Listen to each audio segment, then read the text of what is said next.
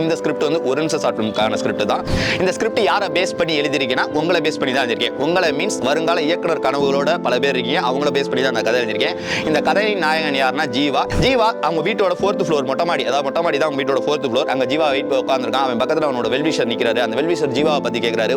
ஜீவா அவனோட கனவு என்ன அப்படின்னு கேட்குறாரு. அதுக்கு ஜீவா வந்து தன்னோட கனவுங்க வந்து பெரிய இயக்குனர் ஆகுறது அப்படிங்கிறான். அதுக்கு அவர் சொல்றாரு, உன் கனவு நினைவாக இருக்கு, உன் படத்துக்கு நான் ப்ரொடியூஸ் பண்ணுறேன், ஆனால் அதுக்கு நீ ஒன்று பண்ணணுங்கிறாரு. என்ன பண்ணணும்னு ஜீவா ஆர்வத்தோட கேட்குறான். அதுக்கு அவர் சொல்றாரு, ஃபர்ஸ்ட் ஃப்ளோரில் இருக்கு உன் வீட்டில் நான் ஒரு நிமிஷத்தில் அலாரம் அடிக்கிற மாதிரி செட் பண்ணியிருக்கேன். நீ ஒரு நிமிஷத்துக்குள்ள போய் அந்த அடிக்கிற அலாரத்தை ஆஃப் பண்ணிட்டேன்னா உனக்கு நான் தான் ப்ரொடியூசர், வந்து ஆஃபீஸில் பாரு அப்படின்னு சொல்லிட்டு போயிடுறாரு. அப்படியே கட் பண்ணால் இவங்க வீட்டில் இருக்க அலாரத்தை காட்டிக்கிறோம். டிக் டிக் டிக்ங்கிறது அடிக்கல. அப்படியே பார்த்தீங்கன்னா இப்போ ஜீவா ஒடியாடுறான். அந்த 4 மாடி அவன் எவ்வளோ சுவாரஸ்யமாக ஒடியாடுறாங்கிறதான் கதை. டைவ் அடிச்சு என்னென்னமோ பண்ணி ஒடியாடுறான். கரெக்டாக வீட்டு வாசலுக்கு வர்றான். அலாரம் அடிச்சிருச்சு. அலாரத்தை ஆஃப் பண்ணுறக்காக தன்னோட ரூமுக்குள்ளே ஓடுறான். இவன் அவங்க அம்மா வர்றாங்க.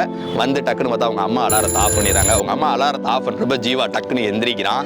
அப்படியே அவங்க அம்மா அவனை திட்டிட்டு போகிறாங்க.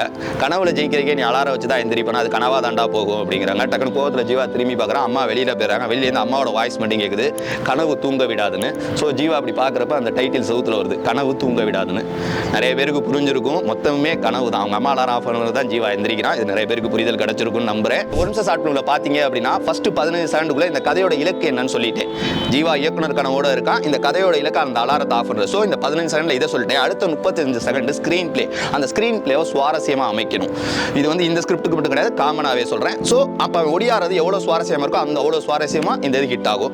லாஸ்ட் 15 செகண்டு அவனோட இலக்கை அடைஞ்சானா என்ன, at the same time audience எதிர்பார்க்காத ஒரு கிளைமேக்ஸை கொடுக்கணும். கிளைமேக்ஸ் அப்படிங்கிறது அது கிளைமேக்ஸில் தான் ஆடியன்ஸ்க்கு தெரியணும். ஸோ ஆடியன்ஸ் எதிர்பார்க்காத ஒரு விஷயம் அங்கே நடந்திருக்கணும். அதை தான் இந்த ஸ்கிரிப்ட்லேயே வச்சிருப்பேன். ஸோ இந்த ஸ்கிரிப்ட் மூலமாக நீங்கள் புரிஞ்சுக்க வேண்டிய விஷயம் என்ன அப்படின்னா, ஃபர்ஸ்ட் 15 செகண்டுக்குள்ள ஒரு இலக்கு சொல்லிட்டு, அடுத்த 35 செகண்ட் ஒரு ஸ்க்ரீன் பிளே சொல்லிட்டு, லாஸ்ட் 15 செகண்ட் அது ஆடியன்ஸ் எதிர்பார்க்காத ஒரு கிளைமேக்ஸ் கொடுத்துருக்கேன். இந்த புரிதல் உங்களுக்கு கிடைச்சிருக்குன்னு நம்புறேன். ஸோ இந்த ஸ்கிரிப்ட் உங்களுக்கு தெளிவாக புரிஞ்சிருக்குன்னு நம்புறேன். புரியலை அப்படின்னா எனக்கு ஸ்கிரிப்ட்னு கமெண்ட் பண்ணுங்க. வேணா அந்த ஸ்கிரிப்டை கூட நான் திருப்பி எப்போதும் வழக்கமாக உங்களுக்கு சென்ட் பண்ணுறேன். ஸோ நெக்ஸ்ட் ஒரு வீடியோவில் மீட் பண்ணலாம். அதுவரை உங்களிடம் விடைபெறுவது உங்கள் கேப்ஸ்.